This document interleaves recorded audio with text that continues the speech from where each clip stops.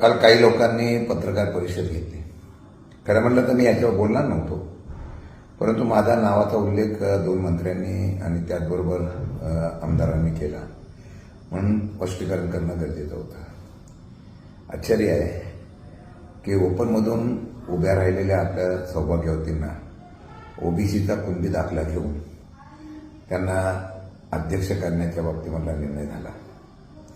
खरं म्हणतं तर राजकारणामध्ये निष्ठावंत आणि गद्दार यांची उपमा घेतली तर काही लोक शरद पवारांच्या आशीर्वादाने राष्ट्रवादीतून राजकारणात प्रवेश करते झाले.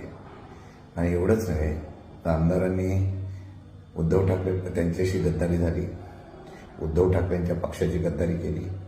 आता एकनाथ शिंदे पक्षाच्या असलेल्या पक्षाची गद्दारी करताय. पण या गद्दारांनी आम्हाला सांगू नये, आम्ही निष्ठावंत आहोत. शरद पवारांच्यावर असलेली निष्ठा ही आजही अनेक आमिषे येताना सुद्धा आम्ही कायम ठेवली आणि ती कायम राहिली. आम्हाला अभिमान आहे आम्ही या नेत्याचा कार्यकर्ता असलेला. स्वर्गीय अजितदादा पवार यांना आम्ही शब्द दिला होता, त्याप्रमाणे जिल्ह्यामध्ये आम्ही या अजितदादा गट आणि शरद पवार पक्ष एकत्रितपणे आम्ही निवडणुका लढवल्या. आणि या निवडणुकीमध्ये आपण सांगतात म्हणून कोरेगाव मतदारसंघामध्ये फक्त आपले 3 सदस्य निवडून आले, बाकी सगळे आमचे आले.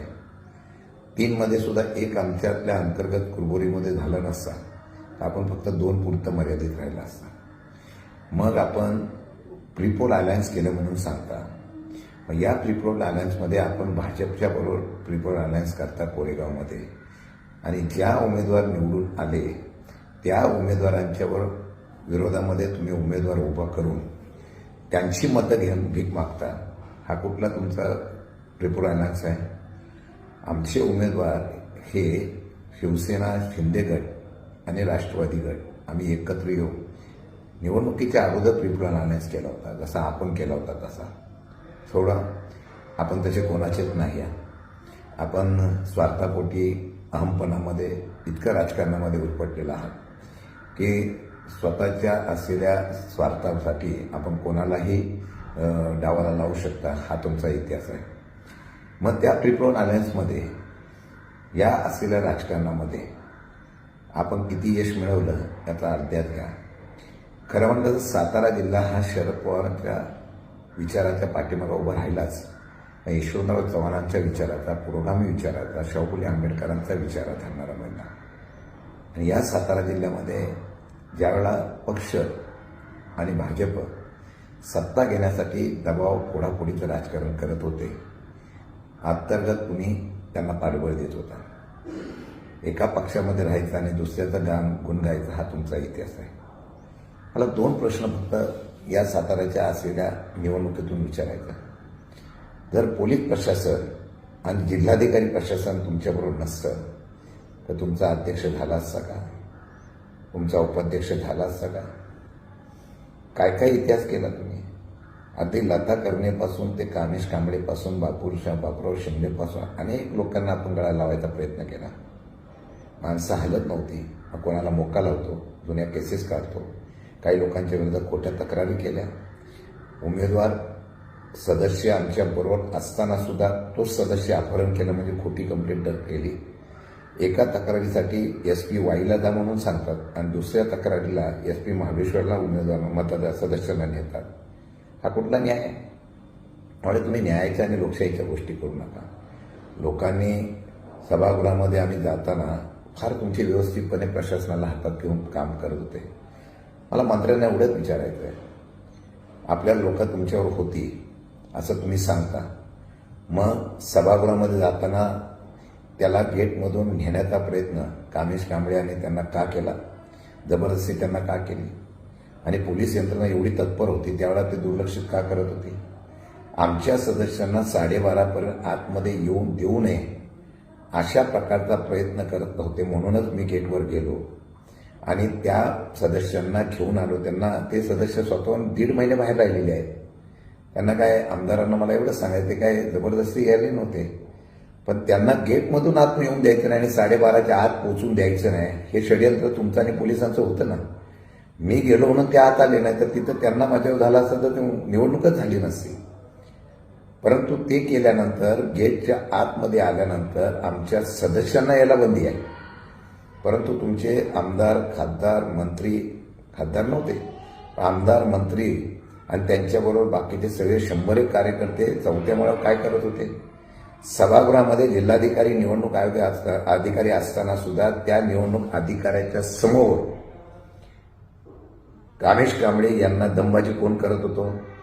आणि एक सभागृहाच्या आतमध्ये येऊन जर त्या ठिकाणी मंत्री वगैरे त्यांना दमबाजी करत असतील आणि त्यांना सांगत होते ह्याचा हात वरती जबरदस्ती करा, हे जिल्हाधिकाऱ्यांच्या समोर घडत असेल, पोलिसांच्या समोर घडत असेल तर ते काय चुकीचं आहे? एवढं कमी का काय?